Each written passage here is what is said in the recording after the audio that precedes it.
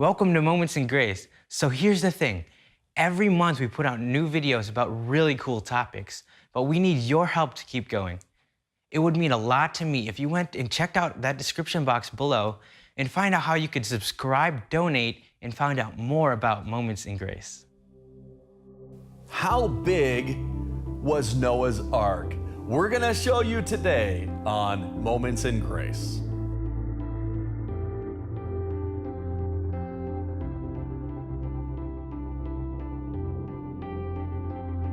Jim Scudder with you, and we're going to talk about a very important topic, and that is, how big was Noah's Ark? A lot of people say there's no way that all the animals could fit on the ark.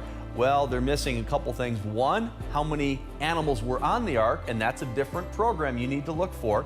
But also, how big was this? We usually think it's this little boat with a couple giraffes' heads sticking up. My friends, it is huge. Well, we just got to the Ark, and my first impression is, wow, this thing is massive.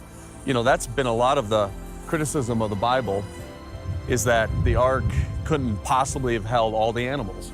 Well, my initial observation is, it's huge. And so as we kind of get more and more into the story of the Ark, we'll see that, especially once you understand the kinds and the number of actual animals that need to go on this boat, it's plenty big.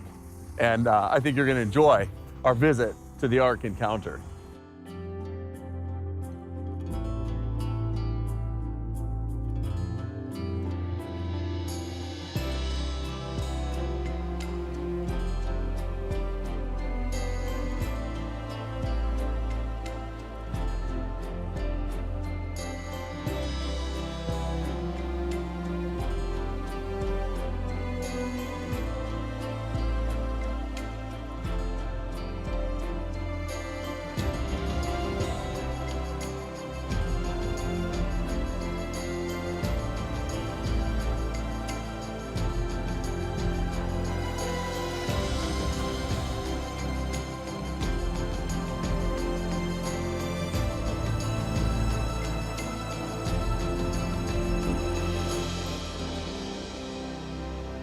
We're on the lowest deck of the Ark, and the first parts of the displays were like the bird cages and the food storage and everything. The feeling that I have was, this is spacious. This is a lot of room. It's a tall ceiling. It's really wide. It's really huge.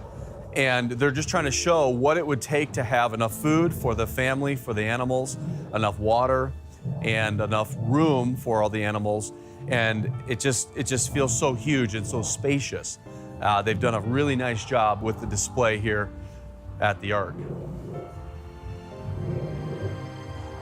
There's a question, how many animals have gone extinct? Because if the Ark had to have all the species and all the kinds, then we would have to kind of know how many would extinct. The evolutionary thinking is millions of species have gone extinct, but that's evolutionary thinking. The assumption is that's how many species would have taken to get to where we are today. We can toss all of that out because that's not based on any facts. What we want to do is based on how many animals we can see today and how many we find in the fossil record. So there would be way, way less than millions and millions of extinct species, but rather maybe a number in the thousands of extinct species. We also have a question on the Ark. How would you have dinosaurs on the Ark? Some of the huge dinosaurs. Well, they have a display right here that actually shows some of the dinosaur kinds. Of course, they've gone extinct, but they could have had smaller, younger versions of those dinosaurs. And but I'm glad they have kind of really strong cages as we walk through this part of the Ark.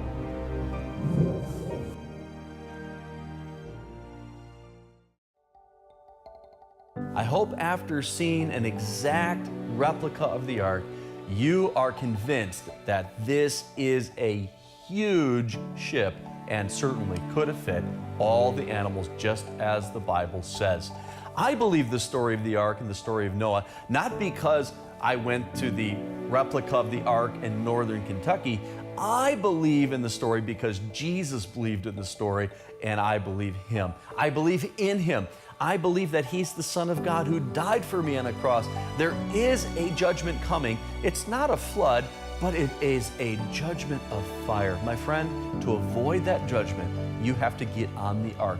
His name is Jesus. Believe in Him, and you will not die. You will not perish. You will not go to hell, but you will have everlasting life.